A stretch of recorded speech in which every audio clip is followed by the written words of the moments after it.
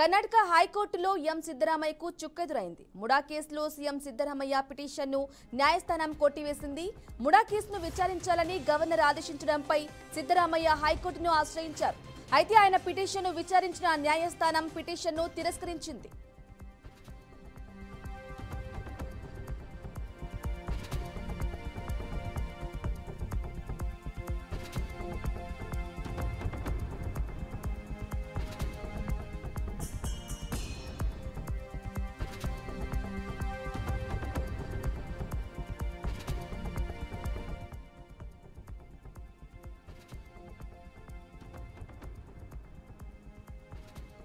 Right, breaking news చూస్తున్నాం. కర్ణాటక హైకోర్టులో ఎం సిద్ధరామయ్యకు చుక్కెదురైంది.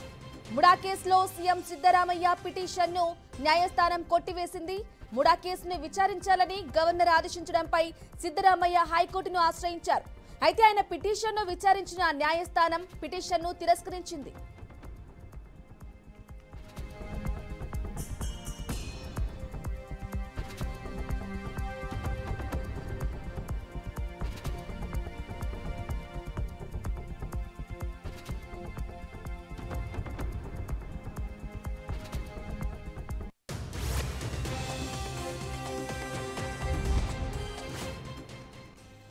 ఇక ఇదే అంశంపై మరింత సమాచారం అందించడానికి మా సీనియర్ ఎగ్జిక్యూటివ్ ఎడిటర్ శ్రీనివాస్ గారు అందిస్తారు. శ్రీనివాస్ గారు, చెప్పండి, సిద్ధరామయ్యకు సంబంధించి కేసును హైకోర్టు కొట్టివేయడం జరిగింది. దీనికి సంబంధించిన డీటెయిల్స్ ఇవ్వండి.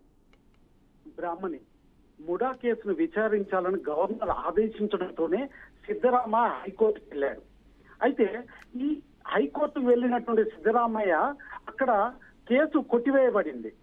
అంటే పిటిషన్ కంప్లీట్ గా న్యాయస్థానం తిరస్కరించడంతో కొట్టివేయబడింది. అయితే దీంతో సిద్ధరామయ్య సుప్రీంకోర్టులో పిటిషన్ వేసేందుకు నిర్ణయించుకున్నట్లుగా తెలుస్తుంది. Brahmani. Right Srinivas, thank you for the updates.